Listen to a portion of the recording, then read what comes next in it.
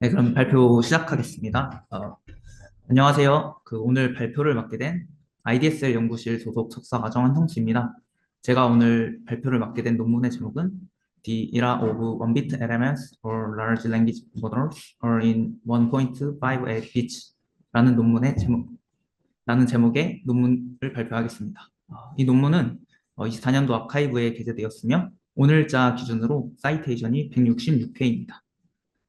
논문 발표 들어가기에 앞서 간단하게 먼저 설명드리고 지나가면, 이 논문은 그 1비트 가중치, 엄밀하게 말하면 마이너스 1, 0, 1의 세 가지 선택지의 가중치로만 이루어진 모델이며, 이 모델은 처음부터 QAT로 훈련된 모델입니다. 그리고 이게 학술적으로 명확하진 않지만 이제 논문에서 사용한 1비트와 1.58비트를 이제 따로 지칭해서 사용하겠습니다.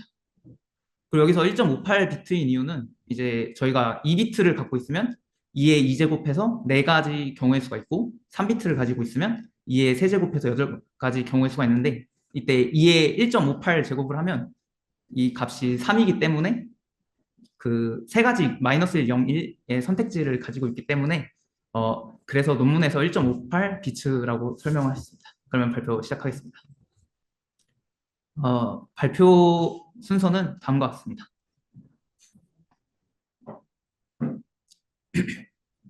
먼저 논문의 모티베이션에 대해 설명드리면 최근 LMM은 자연어 생성 그리고 해석뿐만 아니라 이제 챗GPT와 같이 저희 일상생활 영역에서도 큰 영향력을 끼치고 있습니다.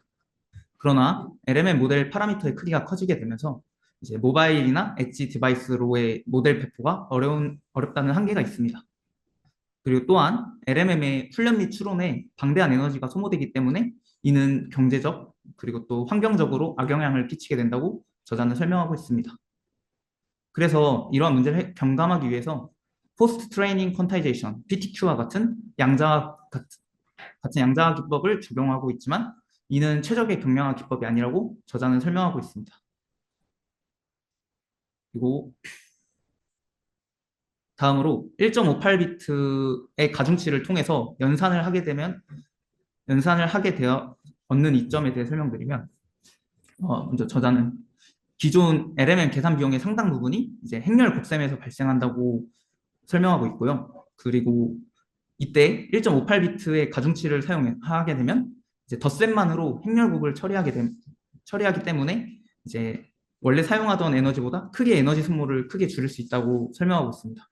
예를 들어 이제 그림 1을 보게 되시면 FP16 데이터로 행렬곱을 진행하게 되면 이제 각각의 요소들의 곱셈 진행 후 그 다음에 덧셈, 뺄셈을 진행하게 되는데 이제 1비트 가중치로만 행렬곱을 연산하게 되면 이제 단순하게 덧셈만으로 이 행렬곱을 표현할 수 있게 됩니다. 그리고 또한 이렇게 1비트로 줄이게 되면 기존의 8비트와 4비트로 PTQ를 진행했을 때보다 훨씬 더 적은 메모리를 사용한다고 설명합니다. 이제 그림 2는 7나노 공정에서 그 연산별 에너지 소비량을 보여주는데 이 논문에서 제시하는 모델 이름이 이 비트넷입니다. 이 비트넷에서 사용하는 행렬곱에 필요한 연산은 int8 에디션이고 그 비교 모델로 사용되는 라마 모델은 이제 플로팅 포인트 16의 애드와 멀티플리케이션이 그 행렬 연산에 필요하게 됩니다. 그리고 다음과 같이 큰 에너지 차이를 보입니다. 오른쪽 그림은 GPU에서 그 점유하는 메모리를 측정하였을 때 이제 논문에서 제시하는 모델과 비교 모델의 차이를 보여줍니다. 이 그림은 나중에 실험 결과에서 더 자세하게 설명드리겠습니다. 그리고 다음으로는 논문의 컨트리뷰션입니다. 이 논문은 마이너스 1, 0, 1의 가중치만을 사용한 이제 트랜스포머 기반의 새로운 LMM 모델을 제시하고 있습니다. 그리고 라마 모델과 비교를 해서 PPL과 제로샷 태스크에 대해서 이제 이벨루에이션을 진행하였는데요. 이때 경쟁력 있는 성능을 나타냅니다. 그리고 몇몇 실험 결과에서는 그 비교 모델로 제시한 라마 모델보다 성능이 앞서는 실험 결과도 나타내고 있습니다. 그리고 레이턴시, 메모리 사용량, 그리고 에너지 측면에서 그 비교 모델인 라마 모델과 비교했을 때 극적인 성능 향상을 보입니다. 그림을 다시 보시게 되면 이제 그림 3의 오른쪽 그림은 이 7나노 공정에서 그 엔드 투 엔드 모델의 추론 에너지 소비량입니다. 여기서 70빌리온 기준으로 41.2배의 에너지를 절감할 수 있었다고 했고, 그리고 이제 그림 4에서는 GPU에서 측정한 레이턴시와 메모리 사용량인데, 이것도 마찬가지로 70빌리온 기준으로는 4.1배, 각각 4.1배, 7.16배의 효율성을 보였다고 합니다. 그리고 마지막으로 모델 추론 비용 측면에서 새로운 스케일링 로우를 보여줬다고 하는데요. 이거에 대한 설명은 논문에서 논문에서 제시하는 이 비트넷의 13, 30, 70 빌리온이 각각 라마 모델의 3, 7, 13 빌리온보다 그 메모리 사용량이나 레이턴시 측면에서 그 더 효율적인 특성을 나타낸다고 합니다. 다음은 백그라운드입니다. 먼저 퀀타이제이션과 PTQ에 대해서 설명드리겠습니다. 퀀타이제이션은 모델 경량화 방법 중에 하나로 모델의 가중치 및 활성화 데이터를 더 작은 비트수로 표현하는 방법입니다. 이때 퀀타이제이션의 이점으로 모델의 추론 속도와 연산 효율성, 그리고 파라미터 메모리 사용량을 크게 개선할 수 있습니다. 그림 5를 보시게 되면 이거는 A100 GPU에서 CNN 모델 계열을 플로팅 포인트 32 데이터에서 인티저 8비트로 경량한 했을 때 런타임이 얼마나 줄어들었는지를 나타내고 있는데, 이때 최대 레즈넷 모델에서 19배의 추론 속도 향상을 보인 것을 볼 수 있습니다. 다음은 포스트 트레이닝 퀀타이제이션 PTQ에 대해 설명드리겠습니다. PTQ는 양자화 방법의 일종으로 별도의 제약수 없이, 모델을 재학습할 필요 없이 가중치와 활성화 값을 저정밀도로 변환하는 기법입니다. 간단하게 PTQ 과정에 대해 설명드리면 캘리브레이션 과정을 거치게 되는데, 이는 데이터 관측이라고 보시면 되는데, 이때 소수의 표본 데이터를 통해서 모델을 추론하게 되고, 이 과정에서 가중치 및 활성화의 분포를 파악하게 됩니다.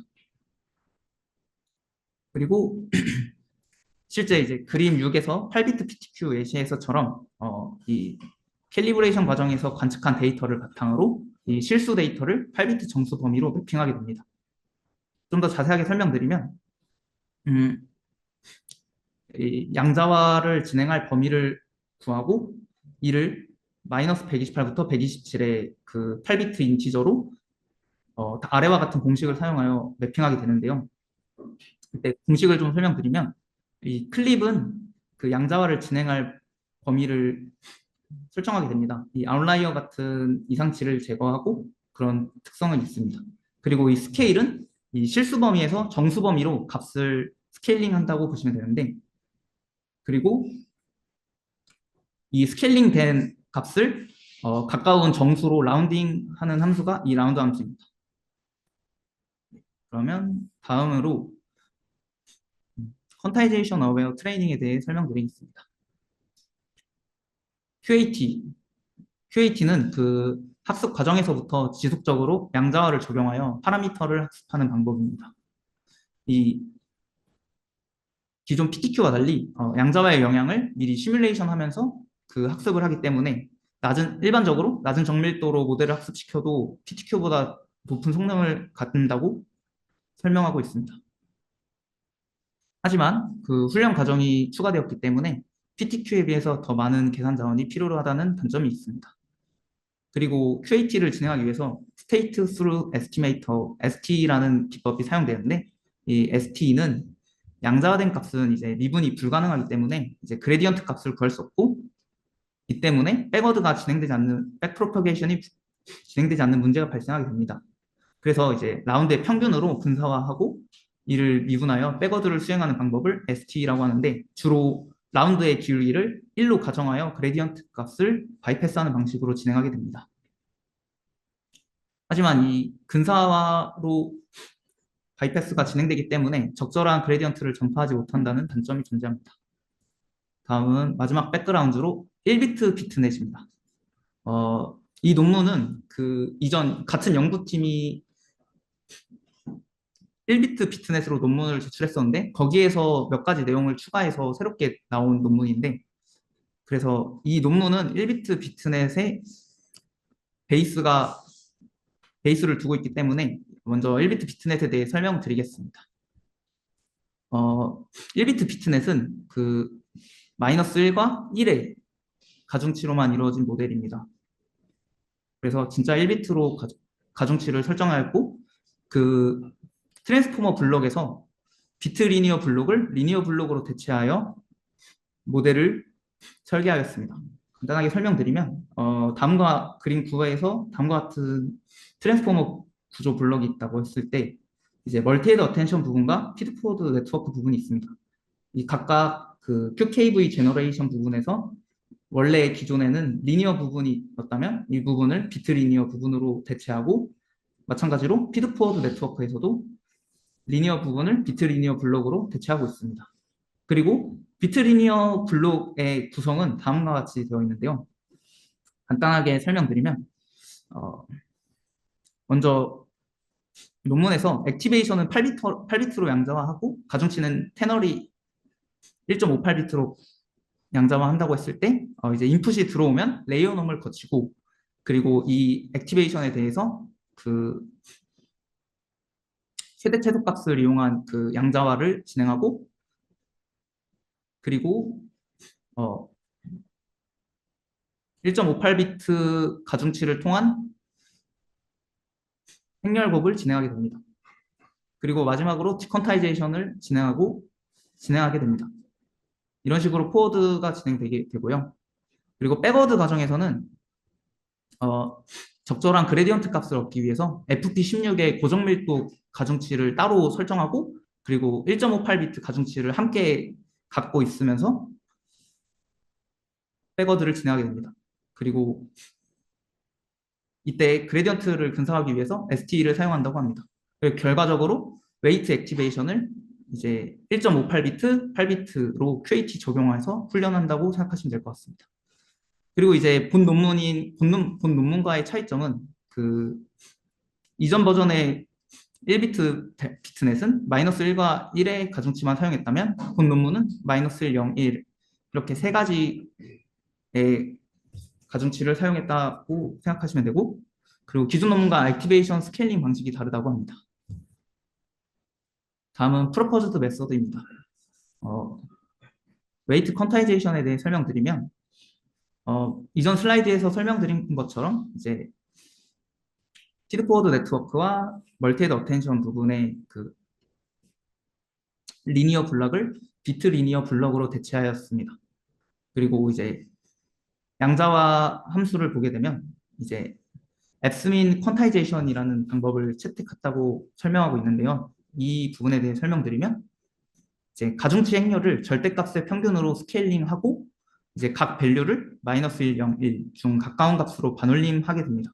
공식을 통해서 다시 설명드리면 공식 1에서 이 감마는 가중치 행렬을 절대값의 평균으로 스케일링하는 값이고 여기서 엡실론이 의미하는 건 그 분모가 0이 되지 않기 위해 작은 실수를 더해주는 것입니다. 그리고 라운드 클립이 의미하는 것은 이제 A, B 정수 사이에 가까운 정수로 라운딩 되도록 하는 함수입니다. 다음은 experimental results입니다.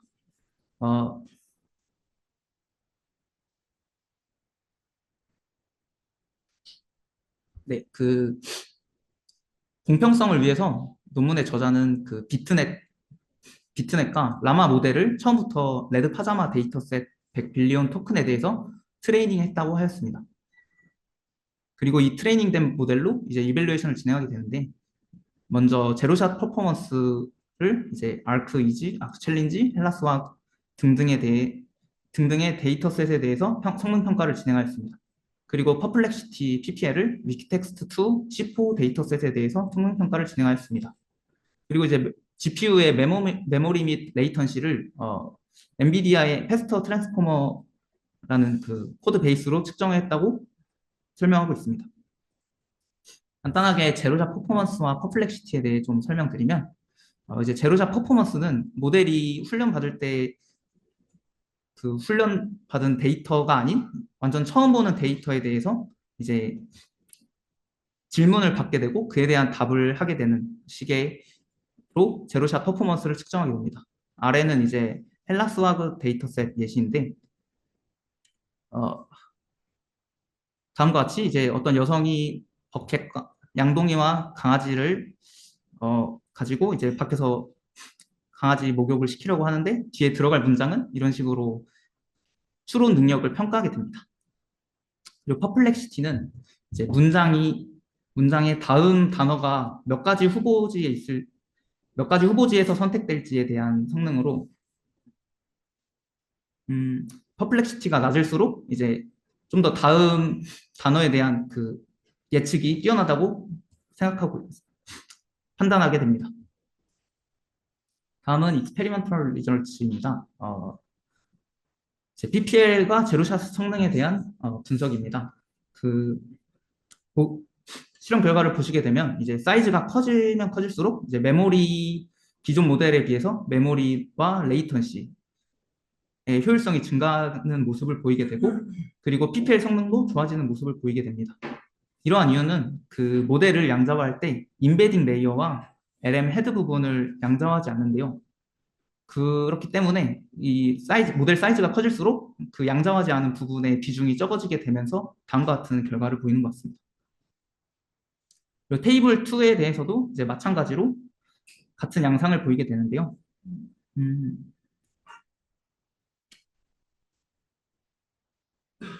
이제 3빌리온 모델에서 라마와 비트넷 모델을 비교했을 때 이제 비트넷 논문에서 제시하는 비트넷이 더 좋은 성능을 보이는 것을 볼 수 있습니다.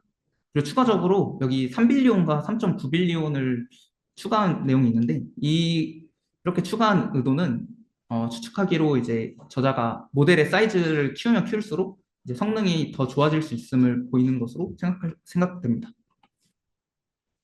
다음으로 설명드릴 내용은 이제 메모리와 레이턴시 그리고 에너지 측면에서 실험 결과를 설명드리겠습니다. 이거 처음에 나온 그림인데 간단하게 설명드리면 이제 논문에서 제시하는 비트넷은 이제 행렬 연산을 할 때 인트 8 덧셈만 필요하게 되고 그리고 비교 모델인 라마는 이제 FP16의 맥 연산이 필요하게 되는데 그 에너지 차이는 71.4배 차이가 난다고 합니다. 그리고 오른쪽 그림은 엔드 투 엔드 추론 에너지 소비량인데 1.3 빌리온에는 이제 18.6배의 에너지 차이가 나는데 이제 70 빌리온으로 가면 41.2배의 차이가 나게 됩니다. 이는 전 슬라이드에서 설명했다시피 그 양자화하지 않은 부분에 대한 비중이 적어지게 되면서 다음과 같은 차이가 이루어졌다고 생각합니다. 그리고 그림 4는 이제 GPU에서 측정한 레이턴시와 메모리인데 이제 마찬가지로 1.3 빌리온에서는 레이턴시가 1.67배이지만 이제 70빌리온으로 가면서 4.1배의 성능 차이를 보이게 됩니다. 메모리도 이제 마찬가지로 진행되게 됩니다. 그리고 이제 테이블 3은 A180기가 두 대를 사용하여 실험을 진행하였는데요. 이 내용은 이제 양자화를 통해서 이제 맥스 배치 사이즈 양자화를 통해서 이제 메모리 크기가 줄어들었기 때문에 그만큼 이제 맥스 배치 사이즈 크기를 증가시키고 이로 인한 스루풋 향상이 이렇게 8.9배에 이뤄졌다고 설명하고 있습니다.